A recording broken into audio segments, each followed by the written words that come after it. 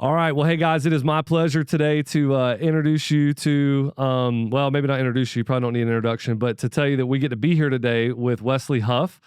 Wesley Huff, you're going to tell us a little bit about what you do, but obviously, man, known for getting into the manuscripts and languages and really being a historian at heart, as your dad was. We're going to know you maybe, and I'm going to ask you this first question, man. What was it like to be on Joe Rogan? Okay, because that's where a lot of people are going to know you from. Yeah, I mean, it was great. It's not something that I ever thought that would actually take place. So, a bit surreal. Didn't really sink in until a couple weeks afterwards. But yeah, everything, it's surprisingly low key for the fact that that's the biggest podcast platform in the world. A lot of it was pretty subdued in terms of the studio and, the people involved. It wasn't a huge production. It was a pretty small operation. But yeah. How did they just call? Did you just get a phone call like, hey, man, this is the people from Joe Rogan? Joe Rogan personally messaged me on Instagram. Wow, that's cool. On Christmas Eve. Wow. What a Christmas present. No, but in all seriousness, what a cool thing, man. I mean, I've had so many people tell me just what an incredible opportunity that was to step into that platform with the gospel and with, man, what we hold dear in terms of our Bible, so what a cool opportunity that was. Wesley, for people who don't know you, and I know people might know you were on Rogan or whatever, but if they don't know what you do, man, explain to us what you do, because you kind of seem like an Indiana Jones, like a Christian Indiana Jones a little bit to me. Okay, you're traveling all around and you're reading languages and all that stuff, but I mean, tell us what you do, man. Right. Well, if that's the image you have in your head, that's far more exciting than who I actually am. So I am the Central Canada Director for an organization called Apologetics Canada. We're a national apologetics, not-for-profit evangelistic ministry here in Canada. So we have presence across, just recently from coast to coast. So we started over a decade ago in British Columbia. And so Central Canada. So people often see my title and think that I'm like in charge of Apologetics Canada. Central Canada is the geographical location of Ontario and Quebec. So we also have an Alberta director and a Maritimes director. Central Canada director just happens to be the designation for the geographical location that I am here in Toronto, Canada. Okay. So we have a president. That's not me. I'm just one of a number of individuals who kind of make up the ministry.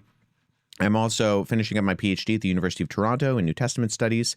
I am in active pastoral leadership as an elder at my church, and I'm a husband and father. I have 3 children, another on the way, so ages 6, 4, and 2, and then we have a son that's going to be born in just a couple months here. So lots going on, lots of hats, but other than that, I'm a nerd.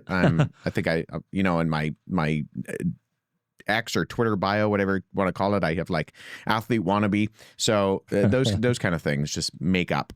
Well, cool, man. Well, dude, praise God for the involvement you have in the church, your family. That's incredible. But day-to-day life, I mean, you are pursuing the PhD, but man, your expertise is in getting into these originals, right? Getting into the ones that we can see, the texts, and trying to read them even in their own languages, and just trying to go all the way back to the sources. I mean, is that kind of what you're doing day in, day out? Yeah, so my academic area of expertise has to do with the biblical manuscripts, Christian manuscripts in general. So most of those are what we would think of as New Testament copies, but a lot of them are early church writers. And in some senses, there's kind of a blur between those because of the amount of quotations that some of these early Christian writers cite. Sometimes we find manuscripts with quotations, and it's unclear whether this is an early church writer quoting Matthew or whether this was originally a copy of Matthew, because these are old, fragmentary. But that's what I look at. Mostly in Greek and Coptic, but in some other languages, looking at these writings from and produced by early Christians within the 2nd and 3rd centuries. Well, this is great, man, because we are in a series right now called The Struggle. All right. And the reason that we're talking about the struggle is because Jude 3 tells us to contend for the faith. And another way to say that word is, man, to struggle for the faith. And we've done a lot of work in this series, and we'll continue to do a lot of work to tell our people that, man, it's worth the struggle. But it is a struggle, and there is, if there was not an adversary, there wouldn't be a need to contend. And I would just say, man, you probably see this on a day in, day out basis within your area of expertise, but also just within your role as one of the directors in the apologetics organization. What gives you why do you want to be one who gives your life to contending in a way, to struggling for the faith and showing the truth of it? Yeah, I mean, I ultimately am convinced beyond a reasonable doubt that Christianity is true with a capital T. And I am convinced because of the publicly available evidence. However, at the exact same time, Christianity is no less than a truth claim, but it's also far more than simply a truth claim, because God himself, God the Son stepped down into humanity and became God our brother in the person of Jesus Christ. And so that process of incarnation, of stepping into flesh and living that perfect life, the life that I couldn't, and then taking on the penalty and the death that I deserve, that goes beyond just kind of a list of intellectual facts. The Christian faith, thank goodness, is not an intellectual assent, because if it was, I certainly wouldn't be there, and I don't know who else would be either. And so it's that relationship aspect of that. The fact is that Christianity is true, and I think that is able to be demonstrated. But there are a lot of people who, people very rarely believe things simply because of the evidence. And so I, as a Christian, as someone who identifies as putting my life and my commitment in Jesus Christ, understand that there's a relational aspect where the Spirit of God has taken out my heart of stone and given me a heart of flesh. And so I'm greatly encouraged by the facts, but I'm also day by day living that life. Because remember, in Matthew 25:23, the parable of the talents, when Jesus says we're going to stand before the Father, it's not well done, good and intellectual servant, or well done, good and influential servant. It's just well done, good and faithful servant. And so if I can live a life of faithfulness, that's more than enough that I can. Well, part of that faithfulness for you has kind of put you in the public eye a little bit with the Billy Carson debate. And, some of our people are going to know what that is. Some of them might go look it up on YouTube or whatever. But, did I hear this right? That you had taken that just a few days before? I mean, it's not like you prepared for that for 6 months, right? Yeah, no, I had 24 hours notice. Okay, before. So one day. But for you, it was an opportunity. I mean, did you view that as an opportunity to contend? I mean, you were so gracious too in the debate. I mean, like it wasn't. I just felt like I felt like it was a lot of truth and love, man. It was like, hey, dude, this is the truth, but I'm not trying to tear anybody down. But I am kind of content. Did you view that as a chance to stand and contend for the faith once delivered to all the saints? Yeah, I think so. There's a lot of just kind of, whether we want to refer to it as misinformation or misunderstanding or misapprehension about Christianity, particularly online. There's just so much, there's an influx of information, right? And so you have certain characters like the Billy Carsons of the world who kind of go out there and they make these very definitive confidence statements. But unfortunately, confidence and competence are not the same thing. And although we often are kind of attracted to the sensationalism of these claims of ancient conspiracy and covering up and, the Catholic Church or the Vatican or the Templars or the Jesuits, to pick your kind of Constantine, the Council of Nicaea, these groups, these people, these times, they covered these things up. In reality, history is a lot more simple than people want it to be. And so you have these kind of things being thrown out about what the history of Christianity, the origin of the Bible, the veracity of Scripture are. And I just wanted to kind of clear the air on those facts as someone who is very much a student of this, but also a teacher of it, and wanted to communicate, there are ways that we can verify and know that this source is reliable, this source isn't, and there are methodological processes that we go about deriving that. But you would say the Da Vinci Code was totally true, right? When you say it, no, I'm just kidding. True as fiction. That's right, true as fiction. Yeah. So this is really great because we're getting into what we really wanted to convey today for just a few minutes is, the book of Jude is, I think intentionally, doesn't really give us a definitive answer on what the false teaching that has crept into the church is. This actually happens a decent amount in the New Testament where we can try to surmise what's this or it's that or it's, but the reality is there's going to be different versions of false teaching that pop up in every generation. And, you put your finger on one, and it's the idea of the sensational, that what we have in Scripture is lackluster, so we need more. And I'd love for you to just talk about that a little bit, because it came out in that debate, just people saying, well, the Gospel of Barnabas, like it's just a true fact that it's 2,000 years old, like just confident. And it was pretty easily dismissed. And other things like the Gospel of Jesus' wife and all this stuff. How do you see that? The sensational versus what we have, Yeah, I think in one sense, I can understand wanting to see the secret motivations behind groups and people, in that we as Christians believe that there are spiritual, supernatural forces that are kind of influencing things behind the scenes. And so in a very concrete way, I can be sympathetic towards people who are more conspiratorial in their kind of looking at the world, because there is an aspect of, I believe that there are things that we cannot see that are influencing the seen world around us.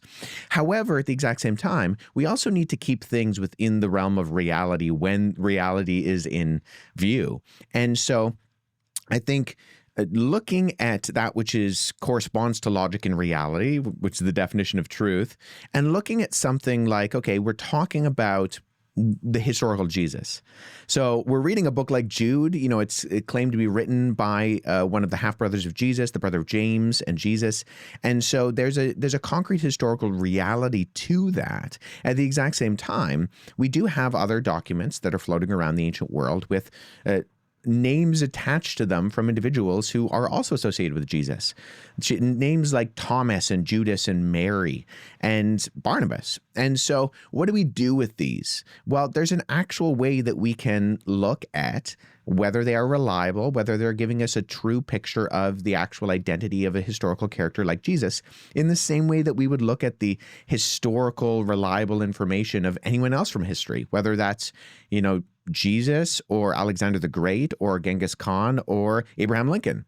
There are ways that we verify the source material. And so I think what we've found ourselves in is an age where people are very skeptical, and I think not for unreasonable reasons, skeptical of official sources.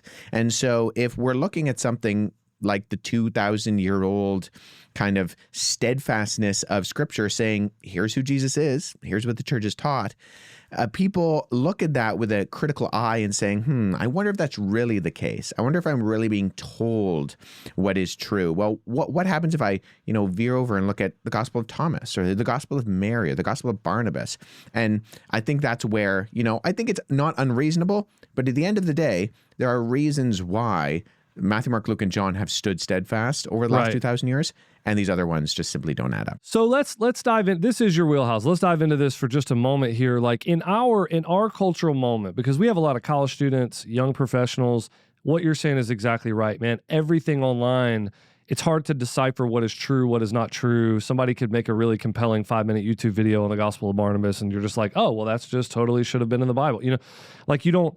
What are like, maybe give us a top 2 or 3 that have influence in our culture, but actually showing them to not be 2,000 years old and not be original is really not all that hard, although people might be led astray very easily by them. Yeah, I think we can kind of see some of these things that trickle into our society in the groups that produce a lot of these documents, not all of them, but a good portion of them, that we refer to as the gnostics. And we do need to be careful, because that is a little bit of an overarching term, in that there wasn't necessarily one group of Gnostics who agreed upon everything. Gnostics in one area of, say, Upper Egypt might have completely disagreed with Gnostics in somewhere like Syria. And so it's kind of an amalgamation of different groups and philosophical ideas that were floating around the ancient world that kind of combined ancient paganism and some Eastern esotericism. However, these groups also then appropriated Jesus and produced documents like the Gospel of Philip or the Gospel of Mary or the Gospel of Thomas. And so if there is one kind of connecting thread that does connect all these groups we refer to as Gnostics, it's things like that there's secret knowledge that's being hidden from you and that you can unlock. You can unlock via kind of enlightenment. And I think that plays into a lot of the things within our culture that we see, in that we want to be in the in club. And we want to kind of think that that group over there that's, communicating things, whether that's, the organized church, or whether that's, my pastor, or whoever, the Bible, maybe they're not really giving me the inside track. Maybe it's something a little bit more mystical than that. And so this starts to erode kind of the underpinnings of orthodoxy, right? The true teaching is what that word means. Orthos meaning right, and doxa, and kind of its semantic range meaning teaching, the true teaching of the historical 2,000-year-old faith that goes back to the earliest Jesus community and Jesus himself. And so I think we're seeing, whether that's the kind of growth of spiritual but not religious, or New Age philosophy, in that people want something more. And I think what that is it's a desire that is put in our hearts by the enemy to think that what is clearly communicated to us in the scripture, that's not good enough. That the message of salvation, that, you can't do it. It's God who steps in the void and makes up what you can never do, and releases you from the bondage of sin and slavery. No, these kind of more philosophical Gnostic-esque ideas that are trickling in over the last 2,000 years, they're saying, actually, no, you can do it. It's not that just that Jesus is God, but that actually you and I are God, and that we can unlock that divinity by realizing our true potential. You can see some of these ideas that are talked about within society. Well, that's an ancient heresy. So how do you think, okay, so I mean, yeah, right. Now, how do you, for the average layperson, how do you say, well then, okay, Wesley, how do you differentiate the Gospel of Luke from the Gospel of Philip? I mean, not just in the content of it, but actually in who it was actually written by, or what when it was written, and that kind of thing. And I don't mean specifically the Gospel of Philip, but that kind of group of Gnostic Gospels, so-called. Yeah, I mean, there are different ways that we do this by looking at the historical reliability of a particular document. So we can look at something like an ancient biography in general, because that's what we're dealing with when we're dealing with the Gospels. We're dealing with a set of documents that, when we find the Gospel biographies of Jesus being written, is really at the height of ancient biographical writing in general.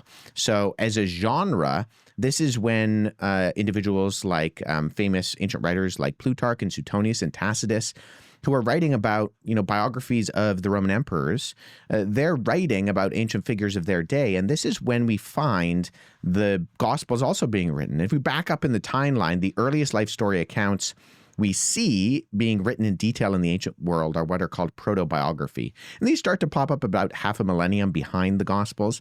But at that point, what those have been considered in their kind of function in genre is more similar to what we would think of as a funeral eulogy.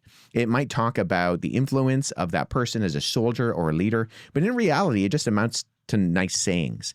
Now, this would include writers like Thucydides, Pericles, and Aristophanes, names that I'm sure nobody's aware of, and you can forget as soon as you hear them. I knew all of them. I could quote their seminal works too. Yeah, so. I saw you were reading them this morning, so I figured I'd just throw that out. So and then you go a few hundred years after the first century, when the Gospels are being written, and we find what we call hagiography. And these are stories that tended to include a great deal of accepted embellishment, which was common practice in that time, to kind of exaggerate a little bit more than normal in order to really capitalize on, say, a saint or a politician that you were trying to make an account of.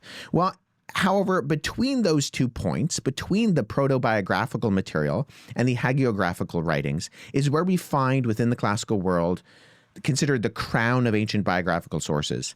And it's during this time where we actually find the standards being laid out by individuals like the ancient writer Lucian, who writes a document titled How to Write Good History. And he stresses things like impartiality and detachment and rigorous devotion to the truth that characterizes an ideal for history. And this is where we find individuals like Matthew, Mark, Luke, and John writing. And actually, Luke if you open up the beginning of the Gospel of Luke, he puts his purpose statement right at the beginning. He says, many have undertaken to draw up an account of the things that have been fulfilled among us, just as they were handed down to us by those who are from the eyewitnesses who were first servants of the word. And with this in mind, Luke says, since he himself has carefully investigated everything from the beginning, he decides to write an orderly account to this individual, Theophilus. And he says he's doing that so that this guy, Theophilus, may know the certainty of the things that he has been taught. And so there are some keys in there that Luke is really capitalizing on. Luke is saying, I'm not an eyewitness. Do not confuse me as an eyewitness. But I'm endeavoring to write down the things that have been handed down to us from the eyewitnesses. I'm writing up an orderly account. I'm doing this in terms of my due diligence to make sure that I'm getting all the facts right. And so these are the words of people who, while they might not have firsthand knowledge of the standards laid out by individuals like Lucian, they're certainly aware that what you say requires a level of authenticity and truthfulness to it that can be measured and held in terms of historical quality. And so when we look at the biographies of Matthew, Mark, Luke, and John, we find kind of the trademarks of good history written within them. Whereas if you compare this to something like the Gospel of Peter or the Gospel of Philip or the Gospel of Thomas, they're not doing the kind of same due diligence to track the reliability in terms of the source information. Never mind the fact that we know when they were written. They were written in times when the names associated with them, Thomas, Peter, Mary, Judas, were actually long dead. They're not written in the first century, in the time when these individuals would have actually lived. And I mean, we can go to somewhere like the letter of 1 John, where he starts off his letter, much like Luke, by saying that from the beginning, they had heard, they had seen, and they had touched these things. And so he's going to lengths to say, this is not myth. This is not fairy tale. This is not, an epic poem like Homer's Iliad. This is real history. And so we as historians who are trained in this look at these kind of internal evidences within the text themselves, and we can compare them and contrast them and say, hey, the Gospel of Thomas, a list of 114 sayings, is not endeavoring to verify the same kind of credibility as something like the Gospel of Luke. Man, that's deep, but it's really good. And then because when we talk about the false teaching, people being led astray, there's also an aspect of, man, how do you guard against that? You really get in and you dig into the actual truth, So part of trying to guard against some of the heresies that we've seen passed down for 2,000 years is just getting into what we know to be true and studying to show ourselves approved. And I think a measure of confidence in our text gives us a real push to want to do that. Now, other things that you mentioned it seemed like they were even more easily dismissed. Like you had mentioned, hey, the Gospel of Barnabas mentions or kind of copies Dante. Or I think you said the Gospel of Jesus' wife. Like you could look and see that some of the mistakes were circulated online. So it's hard to know that were copied into that text. Are some of those that easy to just say, hey man, this is not authentic, Yeah, I mean, things like the Gospel of Barnabas kind of give away the evidence in that it's clearly a middle-aged forgery. It has evidence from the internality of the text that reveal that the person who was writing it didn't know the geography of ancient Israel, didn't really know the terminology. The earliest copies we have are written in languages like a Middle-aged Italian and Spanish, and they say things like Jesus is the Christ, but not the Messiah, messing these very simple things up, indicating that they didn't really understand what those terms meant. And then, like you said, it paraphrases Dante's Inferno, which was written, at the earliest in the 14th century. So we can look at things where the authors themselves might not have known those things, right? So they might have assumed that there were the concepts that were written down by Dante in his famous writing, but they didn't know that didn't precede Dante. And so those are floating around in the ether, and so they include them. So when we're looking at documents, we're looking at what's referred to as verisimilitude. And that's just a fancy word that means the appearance and likelihood of truth and probability. And so if we're looking at a writing like John's Gospel, and we're trying to authenticate its verisimilitude, we're looking for signs that the author of that document understands the geography of first century Roman occupied Judea, that he's getting things like names and places and plant life correct. He's getting the distances between geographical locations approximately accurate for someone who might have been living in that day and would have had a rough estimate of what the distances between, say, villages and towns and cities was. Bodies of water are in the right places, right? That's something that the Gospel of Barnabas gets wrong. It has rivers and lakes, and it says that Jesus and his disciples they went across a lake on a boat to Nazareth, but Nazareth is landlocked. So obviously, the author of the Gospel of Barnabas did not understand what was going on in the geographical kind of location of the building. So these are things that we can verify and give historical accuracy and credibility to something like the documents within the New Testament. All right. Well, hey, man, I'm going to let you go. This has been exactly what we wanted to hear today. Man, Christians have every reason to realize that their Bibles go back to source documents, and it's a really awesome thing to consider.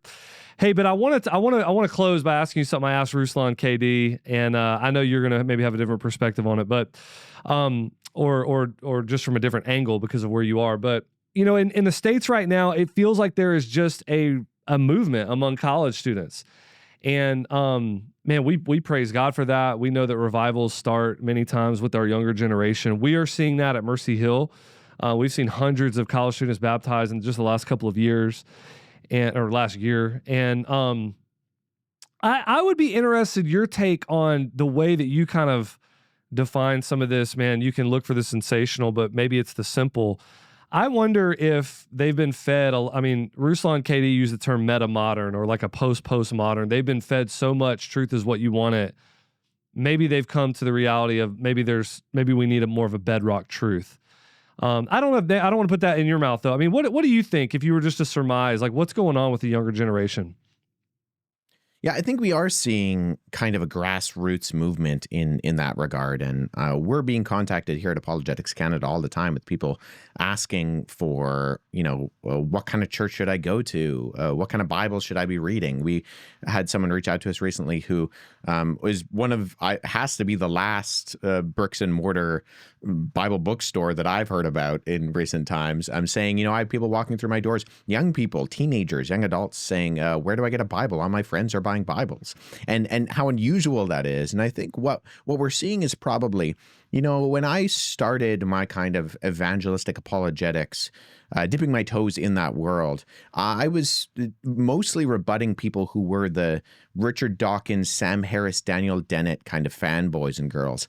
And now I don't think I've ran into someone like that in the last probably 3 to 5 years. And I think part of that is that those movements largely existed conceptually, but when you actually worked out the practical outworking of those philosophies, they didn't really give you much to go off of to actually live your life in a way that sought to have a meaning and purpose. I was participating in an event on a university campus probably about 7 years ago now, and there was a speaker who gave a talk on faith and science. Does science bury God? And I was talking to a student afterwards who was in the pre-med program, hoping to become a doctor, and they said, I understand the idea of my professors telling me that I'm a product of time plus matter plus chance, and just sort of the end result of random evolutionary processes. But then they tell me to have goals, and they tell me to, shoot for the stars and make sure that I'm being the best person I possibly can. And he said, Wes, I understand that those things don't totally measure up. I understand that those are kind of opposites in philosophical terms. And I think that's what we're seeing. We're seeing the fact that the seeds of atheism and kind of that radical skepticism were planted, and they grew into dead trees. And the roots were pretty shallow. And the fruit that they produced was not very, nutritious, tasty, whatever you want to describe it as. And now people are looking for something. And that there are different outer workings of that. Some of it is like what we've been talking about, the desire for sensationalism. Sometimes it's looking towards the supernatural world in New Age or psychedelics. But I think people are seeing that, okay, well, what stands the test of time? and what actually produces fruit that is consistent and that is something that I can plant my feet firmly on. Not plant my feet firmly in midair like atheism gave me, but plant my feet firmly on something that I can jump off of. And that's where I think we're seeing not just we used to talk about it. We live in a post-Christian culture. I think we're living in a post-secular culture where people are kind of fed up with the secularism that really didn't give them much to go off of. Well, I couldn't agree more. I mean, from where we are, and I know we're in the heart of the South and we're all that, but it does feel like there's a turn right now, and we want to take advantage of it in the best way that we can. Wesley, thank you so much. It's been an incredible conversation. I know you got a million things going on, so to take some time out like this for our church means a lot to us, but we're going to let you go. Hey, man, we really appreciate it.